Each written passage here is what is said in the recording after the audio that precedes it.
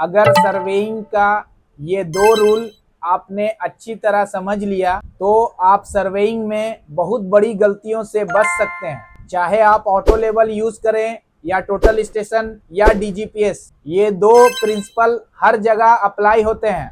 आज हम सर्वेइंग के सबसे इम्पोर्टेंट टॉपिक को प्रैक्टिकल एग्जाम्पल के साथ समझेंगे। स्टूडेंट, सिविल सर्वे ट्रेनिंग इंस्टीट्यूट में वेलकम है आप सभी का। 100 डे सर्वे मास्टर सीरीज डे 3 में, डे 1 में हमने सर्वेइंग का इंट्रोडक्शन सीखा, डे 2 में प्लेन सर्वेइंग और जियोडेटिक सर्वेइंग का डिफरेंस समझा, और आज हम सीखेंगे प्रिंसिपल ऑफ सर्वेइंग। सर्वेइंग की दुनिया में दो गोल्डन रूल्स होते हैं। अगर ये रूल फॉलो नहीं किए तो पूरा सर्वे गलत हो सकता है। इसलिए हर प्रोफेशनल सर्वेयर को ये प्रिंसिपल याद होनी चाहिए। Number 1, work from whole to part. Number 2, fix new point by at least 2 measurement. पहला प्रिंसिपल है work from whole to part. इसका मतलब सर्वे हमेशा बड़े कंट्रोल एरिया से शुरू किया जाता है। पहले मेन कंट्रोल पॉइंट स्टेब्लिश किए जाते हैं, उसके बाद छोटे डिटेल्स लिए जाते हैं। इससे अगर छोटी एरर आए भी तो वो पूरा प्रोजेक्ट में स्प्रेड नहीं होती है। मान लीजिए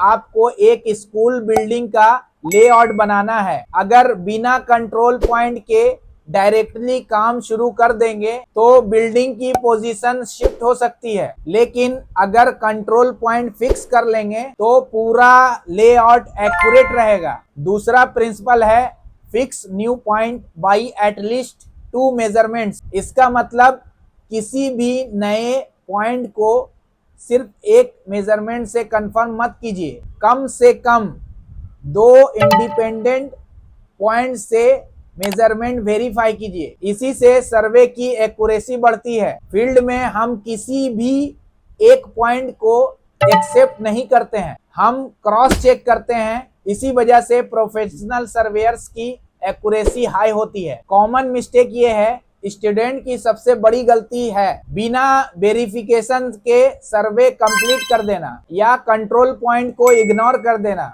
इसी वजह से फाइनल ड्राइंग में एरर आ जाती है। इंटरव्यू में अक्सर पूछा जाता है प्रिंसिपल ऑफ सर्वेइंग क्या है। अगर आपको ये दो प्रिंसिपल याद हैं तो आप कॉन्फिडेंटली आंसर दे सकते हैं। देखिए, सबसे पहले आपको हम पूरा समझाएंगे कि प्रिंसिपल ऑफ सर्वेइंग का work from whole to part, और जो दूसरा है at least to locate a point by at least 2 measurement, या इसको ऐसे भी बोल सकते हैं आप fix new point by at least 2 independent measurement. ठीक है, तो दोनों में से कुछ भी आप बोल सकते हैं। अब इसी को हम पूरा समझाते हैं। हमारे जो CSTI स्टूडेंट जो ट्रेनिंग इंजीनियर हैं वो भी यहाँ पर पूरा समझ रहे हैं, जो ऑफलाइन ट्रेनिंग करने आ रहे हैं, और जो आप लाइव देख रहे हैं यूट्यूब पर, उनको भी पूरा डिटेल से समझ में आ जाएगा। सबसे पहले इसको समझाते हैं work from whole to part. Work from whole to part, और it is the very first principle of surveying. Main purpose of working from whole to part is to localize the error और to control the accumulation of error. मतलब error localize किया जाता है, मतलब local error आएगा। कैसे आएगा इसको डिफाइन करके बताते हैं। जैसे ये आपका हुआ work from whole to part. ये क्या हुआ? वर्क फ्रॉम, इसको बोलेंगे होल टू पार्ट। ये कैसे होल टू पार्ट हुआ इसके बारे में भी हम समझा रहे हैं। जैसे हम कोई भी सर्वे करेंगे, या पूरे जमशेदपुर टाटा का सर्वे करना है, या आपको पूरे झारखंड का सर्वे करना है, या आपको पूरे ऑल ओवर इंडिया का सर्वे करना है। ठीक है, तो सबसे पहले होल टू पार्ट में क्या किया जाता है कि पॉइंट होल टू पार्ट मतलब बड़े एरिया को पहले बाउंड्री टू बाउंड्री सर्वे करना पड़ता है। मतलब ये कोना बाउंड्री का, ये कॉर्नर है ना, ये कॉर्नर बाउंड्री का है, ये कॉर्नर बाउंड्री का है, ये कॉर्नर बाउंड्री का, इसको हम पूरा सर्वे कर लेंगे। बाउंड्री पूरे एरिया को हम पूरा मैनेज कर लेंगे। तो उससे क्या होगा, हमें फायदा क्या होगा, ये पूरा पहले बड़ा एरिया का सर्वे कर लिया, उसके अंदर हम पार्ट बाई पार्ट, ये पार्ट बाई पार्ट, अब ये 1 हो गया, ये मान लीजिए CP1 हो गया, ये CP2 हो गया, ये CP3 हो गया, और ये CP4 हो गया। तो अब ये सर्वे हमने कर लिया पार्ट बाई बड़े एरिया का। अब इसके अंदर पार्ट बाय पार्ट हम जो भी सर्वे कर सकते हैं, इसमें पार्ट बाय पार्ट करके, और इससे छोटा पार्ट भी हम कर सकते हैं। इस तरह से पार्ट बाय पार्ट कर सकते हैं कि नहीं, आराम से कर सकते हैं। अब इसमें क्या होगा कि एरर आने की गुंजाइश बहुत कम रहेगी। क्यों रहेगी? क्योंकि आपने ये बड़े एरिया का सर्वे कर लिया है। सर्वे करने के बाद आप क्या कर रहे हैं कि इसके अंदर ही आपको खेल कूद करना है, इसके बाहर तो नहीं जा सकते हैं। अगर आपको कॉलम देना है या फुटिंग देना है, जो भी देना है, सब इसके अंदर दीजिएगा, आपका एरर बाहर नहीं जाएगा। ठीक है, आपको इसी एरिया में सर्वे करना है। अगर work from whole to part ये हुआ, और पार्ट टू होल कैसे होगा देखिए समझाते हैं। पार्ट टू होल का मतलब कि इस तरह का कोई है जो स्मार्ट सर्वेयर, बहुत से लोग जो है स्मार्ट सर्वेयर बनते हैं, अपने आप को स्मार्ट, और CSTI में भी कुछ कुछ लोग आ जाते हैं जो क्या करते हैं कि ट्रेवर्स सर्वेइंग या work from whole to part नहीं कोशिश करते हैं, work from part to whole कर देते हैं। जैसे क्या करते हैं कि पहले यहां पर कोई एक जो है कॉलम या फुटिंग जो भी है पॉइंट मार्किंग कर दिया, फिर दूसरा कॉलम या फुटिंग पॉइंट मार्किंग कर दिया, फिर तीसरा मार्किंग करते करते क्या हो गया, ये इतना बाहर चला गया, बाहर चला गया ना, तो ये क्या हो गया, एरर। अब एरर में क्या होता है, ये यहां ध्यान से समझिए कि अगर यहां से यहां ये एरर 10 सेंटी आया, 10 सेंटीमीटर एरर आ गया, तो अब ये दूसरे में भी 10 सेंटीमीटर प्लस हो जाएगा, ये 20 सेंटीमीटर आ जाएगा। फिर और कॉलम रहेगा तो 30 सेंटीमीटर, 40 सेंटीमीटर, पूरा एरर बढ़ते जाएगा कि घटेगा, एरर बढ़ेगा। क्यों बढ़ा? क्योंकि ये हो गया पार्ट टू होल। इसको क्या बोलेंगे? पार्ट टू होल हो गया। पार्ट टू होल का मतलब पहले पार्ट पार्ट में सर्वे किया, और क्या है कि बड़े एरिया को हम कवर ही नहीं किए, मतलब पूरा जमशेदपुर का हमें सर्वे करना है, तो हम क्या किए, पहले डिमना का करने लगे, साक्षी का करने लगे, मांगो का करने लगे, और हम पूरे जमशेदपुर का जो एरिया है, पैरामीटर ऑलमोस्ट मान लीजिए 10 किलोमीटर है, पूरा जमशेदपुर का पैरामीटर रेडियस में 10 किलोमीटर है, तो 10 किलोमीटर को पहले हम कंट्रोल पॉइंट से कवर नहीं किए, बाउंड्री सर्वे नहीं किए, कैडेस्टल नहीं किए, या ट्रैवर्सिंग उसका नहीं किए, और पहले ही हम साक्षी, मांगो, डिमना का सर्वे करते रहे, और क्या हुआ कि हमारा जमशेदपुर से आगे निकल गया, जमीन आगे निकल गया। ये जो कॉलम ऑफ फुटिंग क्या है, जमशेदपुर का जो सीमा था उससे आगे निकल गया, तो उससे क्या हो जाएगा, मेरा 10 सेंटीमीटर का ये ई हो गया, ई मतलब क्या हुआ, एरर। फिर ये 20 सेंटीमीटर एरर, अब ये क्या निकलते निकलते फिर बाहर चल जाएगा। और इसमें क्या होगा, इसमें होगा टू लोकलाइज द एरर।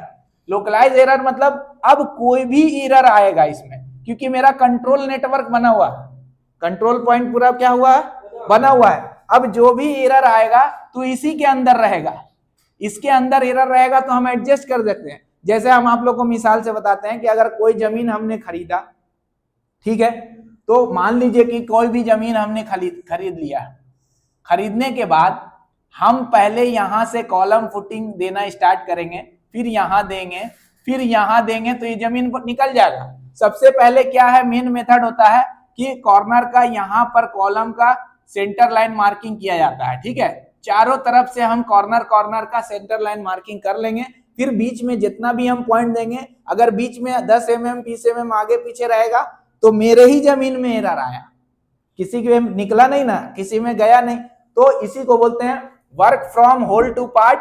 और ये क्या है, part to whole. Part to whole का मतलब छोटे एरिया का सर्वे करते करते बड़े एरिया में चले जाना, और ये बड़ा एरिया का सर्वे है work from whole to part. पहले बड़े एरिया को सर्वे करना है, कंट्रोल पॉइंट बनाना है, कंट्रोल पॉइंट इस तरह से क्या है, बनाते जाना है, बनाने के बाद इसके अंदर पार्ट पार्ट करके सर्वे करना है। समझ में आ रहा है आप लोग को? इससे क्या हुआ कि एरर भी लोकलाइज हो गया, और एक्यूमुलेशन ऑफ एरर नहीं आने का चांस बहुत कम हो जाएगा, इसमें एरर का चांस बहुत कम हो जाता है। देखिए स्टूडेंट, आप लोग को पूरा डिटेल से समझाए हैं, अगर फिर भी आप लोग को समझ में नहीं आया है तो कमेंट करके बताइएगा। और आप लोग ये work from whole to part करते हैं या पार्ट टू होल किए हैं तो वो भी कमेंट करिएगा। और ये जो 4 चीज हमने बताया है, ये 4 को आपने ट्राई किया है कि नहीं किया है, वो भी कमेंट करिएगा। और हम अपने CSTI स्टूडेंट को चारों बताते हैं एकदम लाइव प्रैक्टिकल के साथ, और यहाँ पर भी work from whole to part करवाते हैं, पार्ट टू होल नहीं करवाते हैं, क्योंकि इसमें एरर ज्यादा आने की संभावना रहती है। आप लोगों को समझ में आया सबको? ठीक है, आपको समझ में आया कि नहीं समझ में आया? जो देख रहे हैं वीडियो यूट्यूब पर लाइव वो कमेंट करिएगा। और अब चलिए इसका हम प्रैक्टिकल करके दिखाते हैं, ऑटो लेवल से भी, टोटल स्टेशन से भी और डीजीपीएस से भी। हमने साइट पर क्या किया है, 2 पॉइंट CP1 CP2 और ये P तीनों को मार्क कर दिया है और तीनों के हिसाब से हम पूरा मशीन सेटअप करके दिखा रहे हैं, तीनों को वेरीफाई करके दिखा रहे हैं। चाहे ऑटो लेवल हो या टोटल स्टेशन हो या डीजीपीएस हो, प्रिंसिपल सबका सेम होता है। सबसे पहले हम आपको प्रिंसिपल ऑफ सर्वेइंग का चेक करके बता रहे हैं टोटल स्टेशन से। चाहे टोटल स्टेशन हो, ऑटो लेवल हो, डीजीपीएस हो, सबका प्रिंसिपल ऑफ सर्वेइंग सेम होता है। तो हमारे पास 3 पॉइंट है, एक ये CP2 पर मशीन सेट है मेरा, और यहाँ पर दिखा दीजिए स्टूडेंट को, ये है मेरा P पॉइंट, इसी को हम वेरीफाई करेंगे, चेक करेंगे। और यहाँ पर है एक CP1, ठीक है। किसी भी 2 पॉइंट को तीसरे पॉइंट से वेरीफाई किया जाता है। देखिए प्रिंसिपल ऑफ सर्वेइंग होता है work from whole to part और fix new point by at least 2 independence measurement, ठीक है। तो हमने CP1 का कोऑर्डिनेट यहाँ पर एज्यूम कर लिया था, इसको कौन सा कोऑर्डिनेट बोलते हैं, लोकल कोऑर्डिनेट। और ये CP2 आ गया, CP2 इसी की मदद से हमें मिला, एंगल की मदद से, ठीक है। किसकी मदद से मिला, एंगल की मदद से, और इसका भी P का भी कोऑर्डिनेट मिल गया। अब ये 3 कोऑर्डिनेट है मेरे पास। अब हम CP2 पर टोटल स्टेशन को सेट कर दिए हैं और बैक साइड हम BS मेथड की मदद से लेंगे। 3 मेथड होता है, याद रखिए। नंबर 1 एंगल मेथड, और दूसरा क्या होता है, BS, और तीसरा रिसेक्शन, ठीक है। तो वेरीफाई जो किया जाता है ये 2 ही मेथड से वेरीफाई किया जाता है, या तो बैक साइड मेथड से या रिसेक्शन। दोनों मेथड से आपको वेरीफाई करके बताएंगे प्रिंसिपल ऑफ सर्वेइंग का, ठीक है। तो अभी हम मेरा CP2 पर है ये टोटल स्टेशन। अब कहाँ, फिर बैक साइड ये हो जाएगा और 4 साइड ये हो जाएगा, ठीक है। फिर हम रिसेक्शन करेंगे तो हम कहीं भी मशीन रख देंगे, अननोन पर। कहाँ रखेंगे, अननोन, ये तीनों में से कहीं अलग जाएगा। उसके बाद हम पहला पॉइंट को डिस्टेंस मेजरमेंट करेंगे, दूसरा को डिस्टेंस करेंगे, फिर कोऑर्डिनेट डाल के फिर यहाँ का ओरिएंटेशन मिलेगा, ये क्या होगा, ओरिएंटेशन फिक्स होगा। फिर इसको 4 साइड पर जाके ऑब्जर्वेशन से चेक करेंगे, सेम कोऑर्डिनेट आना चाहिए। समझ गए? देखिए हम लोग मशीन सेट कर दिए हैं, और मशीन सेट करने के बाद सबसे पहले हम लोग को टिल्ट चेक करना चाहिए, ठीक है। तो सेंटरिंग और लेबलिंग हमारे CSTI स्टूडेंट ट्रेनिंग इंजीनियर पूरा कर दिए हैं। यहाँ पर टिल्ट में जाएंगे, देखिए यहाँ पर ओके है, ठीक है। 5 सेकंड 7 सेकंड 6 सेकंड रहेगा, चलेगा, ओके कर दिया। अब उसके बाद यहाँ पर हमें ओरिएंटेशन भी चेक करना चाहिए कि मेरा ओरिएंटेशन पॉइंट पर है कि नहीं। दिखा दीजिए स्टूडेंट को, पॉइंट पर है, देखिए एकदम पॉइंट पर है मेरा टोटल स्टेशन का ऑप्टिकल प्लामेट। देखिए सबसे पहले अब हम क्या करेंगे कि मेनू में जाएंगे। क्या करना है, मेनू में जाएंगे। मेनू में जाने के बाद कोऑर्डिनेट में जाएंगे, कोऑर्डिनेट में जाने के बाद ओरिएंटेशन करेंगे, ओरिएंटेशन में जाएंगे, और ओरिएंटेशन में जाने के बाद हम लोग को कौन सा मेथड से सेटअप करना है, अभी NEZ बैक साइड से करना है। रिसेक्शन अभी इसके बाद करेंगे।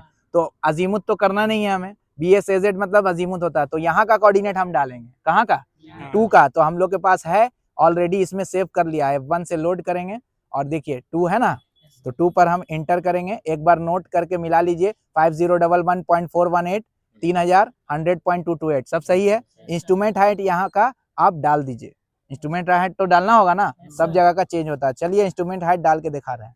देखिए एकदम जहाँ पॉइंट है मेरा, पॉइंट से ये कट का जो निशान है, ये कट का निशान यहाँ तक किया जाता है, 1.490 आ रहा है, ठीक है, 1.490, ठीक है। अब किस में जाएंगे, BSNEZ हाइट ऑफ इंस्ट्रूमेंट हो गया। कोड में क्या रहेगा, कोड हम किस पर है, मेरा CP2 है, तो CP2 कोड हम डाल देते हैं, CP, और यहाँ से आप शिफ्ट से आप ये नंबर चेंज कर सकते हैं, CP2, ठीक है।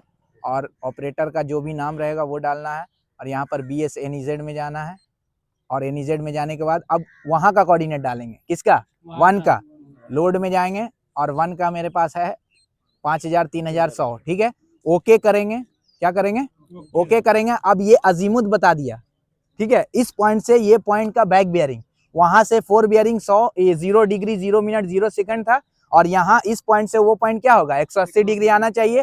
3 सेकंड का है, ठीक है। कितना सेकंड का, 179 59 और 57, 3 सेकंड का चलेगा। आप टारगेट करेंगे और टारगेट करके यस करेंगे। बहुत सारे जो सर्वेयर हैं या असिस्टेंट है या जो भी ITI सिविल इंजीनियर या डिप्लोमा होल्डर है, वो साइट पर जाके क्या है, यहीं पर मिस्टेक करते हैं। पहले यस कर देते हैं, ये सब डेंजरस मिस्टेक है। पहले यस कर देते हैं, तब टारगेट करते हैं। पहले क्या करना होगा, पहले टारगेट करना है, उसके बाद यस करना है। Very good. देखिए हम टारगेट कर लिए हैं और CP1 पर। अब उसके बाद यहाँ पर F4 से यस करेंगे हम। ये देखिए यस के नीचे F4 है, F4 से यस करेंगे। एकदम बबल में पकड़िएगा, ऑब्जर्वेशन में जाएंगे। किसमें जाना है जी, ऑब्जर्वेशन में। अपने आप देखिए ये टिक हो गया, ऑब्जर्वेशन में जाएंगे। अब यहाँ पर डायरेक्ट मेजर करेंगे, आपको F4 से मेजर करेंगे, वहां का कोऑर्डिनेट आएगा। देखिए F4 से 1-2 बार मेजर करके देख लीजिए, वहां का कितना था जी, पॉइंट 5000 3100 था ना। नॉर्थ में 1 mm आ रहा है, ईस्ट में 0 आ रहा है और जेड में 2 mm, तो 5 mm के अंदर मेरा एकदम ओके है। ठीक है, प्लस माइनस एरर जो देता है कंपनी एक्सेप्ट करता है कितना mm का, 5 mm का, तो एकदम ओके है, कोई दिक्कत नहीं है। अब हम क्या करेंगे, मशीन सेटअप तो इसका हो गया। अब हम क्या करेंगे, P पॉइंट पर हम अपने CSTI जो ट्रेनिंग इंजीनियर हैं उनको भेजेंगे। P पॉइंट पर आ जाइए। अब P पॉइंट का मेरा जो कोऑर्डिनेट है वो एकदम मैच करना चाहिए। समझ में आ रही है बात जी सर? क्या मैच करना चाहिए, कोऑर्डिनेट P पॉइंट का। तो P पॉइंट पर है, हम टारगेट कर ले रहे हैं। देखिए हम टारगेट P पॉइंट पर कर लिए हैं और F4 से मेजर करेंगे। मेजर करने के बाद हम मिला लेंगे। मेजर करने के बाद ये जो कोऑर्डिनेट आ रहा है, अब इसको वेरीफाई करेंगे। नोट करना जरूरी है। देखिए तीनों पॉइंट का कोऑर्डिनेट हमने नोट किया हुआ है। पहला का तो एकदम सही आया था 1 mm, इसमें 0 mm, इसमें 2 mm। अभी ये P पॉइंट का 5005.282, यहाँ पर देखिए 5005.283, 1 mm इसमें है। कितना है, 1 mm है इसमें। अब यहाँ देखिए 2997.725, यहाँ देखिए 2997.725, एकदम 00, ये क्या है 00, एकदम ओके है। ठीक है, अब 100.084, देखिए 100.086, 2 mm का। समझ में आ रहा है, एकदम वेरीफाई हो गया मेरा। अब हम क्या करेंगे कि रिसेक्शन मेथड से इसको वेरीफाई करेंगे। कभी भी जो प्रोफेशनल सर्वेयर रहता है वो एक बार चेक करके इत्मीनान नहीं होता है। कितना बार चेक करता है, 2 बार, कम से कम 2 बार। ठीक है, 3 बार तो ज्यादा हो गया। ठीक है, आप ऐसे ज्यादा कर सकते हैं, लेकिन मेन 2 बार करना है। तो पहले बैक साइड मेथड से, उसके बाद रिसेक्शन मेथड से। चलिए रिसेक्शन मेथड से आपको प्रिंसिपल ऑफ सर्वेइंग का पूरा डिटेल से समझाते हैं। देखिए अब हम टोटल स्टेशन को अननोन पॉइंट पर सेट कर दिए हैं और अब हम रिसेक्शन मेथड करेंगे। हमारे ट्रेनिंग इंजीनियर देखिए वो हैं CP1 पर, ठीक है, सुनील, और यहाँ है आनंद CP2 पर। मशीन जब सेट हो जाए तो टिल्ट एक बार चेक कर लेना चाहिए। टिल्ट एकदम सही है ना, 10 सेकंड के अंदर रहेगा, ओके ओके कर देंगे। उसके बाद मेनू में जाएंगे, कोऑर्डिनेट में जाएंगे, ओरिएंटेशन में जाएंगे। अब यहाँ रिसेक्शन है लिखा हुआ, रिसेक्शन में जाएंगे F4 से। अब इसमें 2 मेथड होता है, NEZ कोऑर्डिनेट वाला और एलिवेशन वाला। तो हम लोगों को कौन सा करना है, कोऑर्डिनेट वाला। NEZ में जाएंगे और उसके बाद सबसे पहले बोल रहा है रिसेक्शन फर्स्ट पॉइंट मेजर करिए। फर्स्ट पॉइंट को मेजर करेंगे। हम टारगेट कर ले रहे हैं CP1 पर, जो हमारे ट्रेनिंग इंजीनियर हैं सुनील, उसी पर हम मेजर कर रहे हैं। वो नेपाल से आए हुए हैं हमारे पास CSTI में ट्रेनिंग करने के लिए। देखिए टारगेट हम CP1 पर कर लिए हैं और उसके बाद हम F4 से मेजर करेंगे। मेजर करने के बाद देखिए यहाँ का हाइट रेड बता रहा है, तो हाइट रेड मेरा कितना 0.1 है ना। यस करेंगे। यस करने के बाद अब यहाँ का वहाँ का कोऑर्डिनेट डालेंगे। लोड में जाएंगे, लोड में जाके डाल सकते हैं ना, तो यही है, फिर भी हम लोड में चल जाते हैं। 0.1 है ना वहाँ का, नॉर्थिंग ईस्टिंग बता दिया। अब उसके बाद नेक्स्ट करेंगे। क्या करना है, नेक्स्ट करेंगे। अब सेकंड पॉइंट बोल रहा है कि मेजर करिए, तो सेकंड पॉइंट हमारे ये आनंद ट्रेनिंग इंजीनियर हैं और ये हमारे उत्तर प्रदेश आए हैं। देखिए अब हम टारगेट कर लिए हैं CP2 और F4 से मेजर करेंगे। मेजर करने के बाद यहाँ पर भी हाइट रेड बोल रहा है, तो 0.1 हाइट ऑफ रेड। यस करेंगे।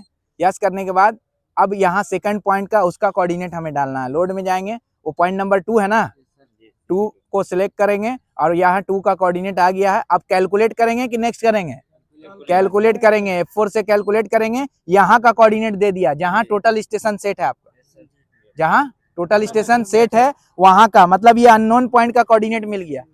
तो अब हमें इससे तो मतलब नहीं है, हमें P का कोऑर्डिनेट सेम आना चाहिए। तो अब F4 से क्या करेंगे, ओके करेंगे। Very good. और सेट अजीमुत किए बिना, ये भी डेंजरस एक मिस्टेक है, सेट अजीमुत किए बिना मशीन को हिला देना। ठीक है, इसको हिलाना ही नहीं है जब तक हम सेट नहीं करेंगे, यस नहीं करेंगे, नो नहीं करना है, यस करेंगे और ओके भी करेंगे। यहाँ से ओके करेंगे तब जाके ये कंप्लीट हुआ। अब ऑब्जर्वेशन आ गया है, अब हम पी पर जाएंगे। देखिए हमारे ट्रेनिंग इंजीनियर पी पर जा रहे हैं और पी पॉइंट को हम वेरीफाई करेंगे। देखिए टारगेट कर लिए हैं पी पॉइंट पर, ऑब्जर्वेशन करेंगे, इंटर और F4 से मेजर करेंगे।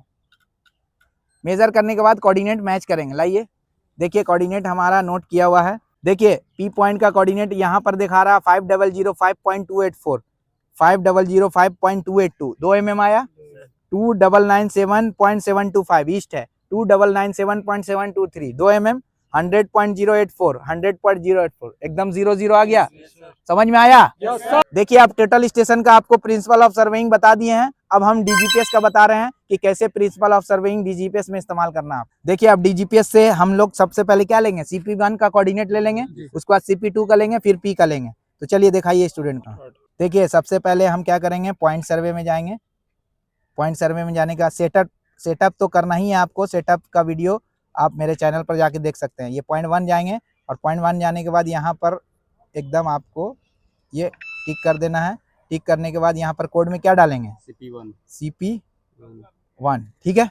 बाकी सबका कोऑर्डिनेट हाइट ठीक है ना, antenna height, measure plate height रहेगा, ये पोल हाइट रहेगा ना, ये क्या रहेगा, पोल हाइट रहेगा। और ये 1.8 है, देखिए तो नहीं 1.60 1.6 है, तो फिर कैसे बोल दिए, सही है 1.6 है, ठीक है। हो गया। अब क्या करेंगे, ओके करेंगे। 21 हो गया। चलिए अब PT2 पर चलेंगे। देखिए पॉइंट 2 पर हम लोग आ गए हैं और पॉइंट 2 पर आने के बाद बबल नीचे रखिए। बबल हम लोग को एकदम सेंटर में करके करना है। ये देखिए हम कोऑर्डिनेट लेंगे, दिखा दीजिए, बबल एकदम सेंटर में रहना चाहिए, ठीक है। उसके बाद हम लोग को क्या है, CP2, ये क्या करना है जी, कोड में CP2 में डाल देंगे और क्या करेंगे, ओके कर देंगे। ये कंप्लीट हो गया। अब चलिए P का पॉइंट ले ले रहे हैं। अब P का ले लेते हैं। P पॉइंट है, इसी को ना वेरीफाई करना है। देखिए अब यहाँ पर हम लोग P पॉइंट पर फिर से ये ऑब्जर्वेशन कर ले रहे हैं। इसका सबका कोऑर्डिनेट आ जा रहा है, देखिए आ रहा है ना। ये कोऑर्डिनेट किसकी मदद से दे रहा है, UTM की मदद से। ये किसकी मदद से दे रहा है, UTM की। अब इसको हम P कर दे रहे हैं। क्या करेंगे, P कर दिया, ओके कर दिया। अब हम लोग को वेरीफाई करना है। तो वेरीफाई करना है तो हम लोग सबसे पहले क्या जाएंगे, बेस कैलिब्रेशन में जाएंगे। किस में जाएंगे, बेस कैलिब्रेशन में जाएंगे। Base on unknown point, base किस पर है, अननोन है। नेक्स्ट करेंगे, उसके बाद यहाँ से जाएंगे। यहाँ जाने के बाद अब हम लोग चलेंगे PT2 पर, PT2 पर चलिए। देखिए बेस कैलिब्रेशन में जाएंगे, बेस ऑन अननोन पॉइंट। उसके बाद यहाँ पर सिलेक्ट करेंगे और किस में जाना है हम लोग को, पॉइंट 2। उसके बाद फिर यहाँ पर रीड फ्रॉम GPS करके कैलिब्रेट कर लेंगे। पकड़िए जरा, कैलिब्रेट करेंगे, 5 सेकंड लेगा ये, 5 सेकंड में ये हो जाएगा, ठीक है। फिनिश हो गया। ओके करेंगे। ओके करने के बाद सर्वे में जाएंगे, पॉइंट स्टेक आउट में जाएंगे, ठीक है। उसके बाद यहाँ से सिलेक्ट करके, कितना नंबर मेरे 3 है, P3 है ना। देखिए यहाँ पर P है ना 3, स्टेक आउट में जाएंगे। उसके बाद फिर यहाँ से आप खोज सकते हैं। चलिए ये बता रहा है 6.5 मीटर की दूरी पर है। चलिए अगर मेरा पॉइंट मिल गया तो प्रिंसिपल ऑफ सर्वेइंग कंप्लीट, ठीक है। देखिए ये P पॉइंट पर हम आ गए हैं। अब यहाँ पर पकड़िए नीचे से। अब देखिए यहाँ पर प्रिंसिपल ऑफ सर्वेइंग आपका एकदम एक्यूरेट चेक हो गया। देखिए एकदम 10 mm 5 mm बता रहा है, देखिए 3 mm आ गया ना। तो अब इसके बाद क्या मतलब क्या है कि मेरा एकदम प्रिंसिपल ऑफ सर्वेइंग ओके है। यहाँ पर से हम देखिए ये पूरा एकदम 3 mm 5 mm आ रहा है। यहाँ पर एक ओके करेंगे और कंप्लीट करके यहाँ पर लिख देंगे ये P चेक। क्या लिख देंगे, P चेक, ठीक है। ओके कर देंगे, मशीन सेटअप हो गया, ठीक है। यहाँ पर दिखा भी देगा, देखिए आप P चेक का दिखा रहा है ना। ये देखिए अब CP1 लिए थे, CP2 लिए थे और P लिए थे और P चेक लिए। समझ में आया जी। DGPS का हम पूरा क्लियर कर दिए हैं। समझ में आया आपको? जी सर, बिल्कुल समझ में आया। प्रिंसिपल ऑफ सर्वेइंग समझ में आया? यस सर, आ गया समझ में। कोई भी काम स्टार्ट करना है, चाहे वो ऑटो लेवल हो, TS हो या DGPS हो, प्रिंसिपल ऑफ सर्वेइंग सबका सेम होता है। 2 पॉइंट लेना है और तीसरे को वेरीफाई करना है, ठीक है। तो हम लोग इसको वेरीफाई किए। पहला क्या लिए, पहला हम पॉइंट सर्वे में जाके उसको उठाए, इसको उठाए, ठीक है। बेस कैलिब्रेशन वहां पर रख के इसको वेरीफाई कर लिए, तो ये मेरा ओके हो गया। समझ गए? तो इसी तरह से आपको भी करना, कोई भी काम करिए, चाहे टोपो सर्वे, कंटूर सर्वे, ट्रेवर सर्वे या सेंटर लाइन मार्किंग या स्टेक आउट, या जो भी सर्वे करना है आपको, सबसे पहले आपको 2 पॉइंट करके प्रिंसिपल ऑफ सर्वेइंग के हिसाब से वेरीफाई करना है, ठीक है। देखिए अब हम principal of surveying auto level से वेरीफाई करके दिखा रहे हैं आपको। हमारे ट्रेनिंग इंजीनियर वो यहाँ पर एक CP1 पर हैं और ये हमारे ट्रेनिंग इंजीनियर P पॉइंट पर हैं और वो देखिए CP2 पर हैं, ठीक है। देखिए प्रिंसिपल ऑफ सर्वेइंग तो आता ही है, ये 2 work from whole to part और ये सारा बता दिए हैं। अब ये CP1 का RL है, ऑटो लेवल से तो RL का ही काम होता है कि कोऑर्डिनेट का भी, ओनली RL 100 है CP1 का, यहाँ पर CP1 का RL 100 लिख दिए। CP1 स्टेशन में CP1 BS IS FS HI RL remark, ये लेबल शीट बनाना आपको प्रिंसिपल ऑफ सर्वेइंग के लिए। उसके बाद CP1 का RL इतना है, CP2 का इतना है और P का इतना है। तो CP1 से हम बैक साइड लेंगे, ठीक है। और P को क्या करेंगे, CP1 को हम BS लेंगे, P को क्या करेंगे IS लेंगे, P पर क्या लेंगे IS लेंगे और इसको क्या लेंगे CP2 को FS, होगा ना। तो अब क्या है सबका, ये दोनों का RL निकल जाएगा तो हमारा पता चल जाएगा कि RL मैच कर रहा है कि नहीं, ठीक है। देखिए CP1 पर हम टारगेट कर लिए हैं, हमारे training engineer staff target staff लेके खड़े हो गए हैं और रीडिंग आ रहा है 1362। अब देखिए हम टारगेट P पॉइंट पर करेंगे, हमारे ट्रेनिंग इंजीनियर P पॉइंट पर हैं। अब यहाँ पर हम टारगेट कर ले रहे हैं। टारगेट करने के बाद इसका रीडिंग किस में जाएगा जी, IS में, तो 1280।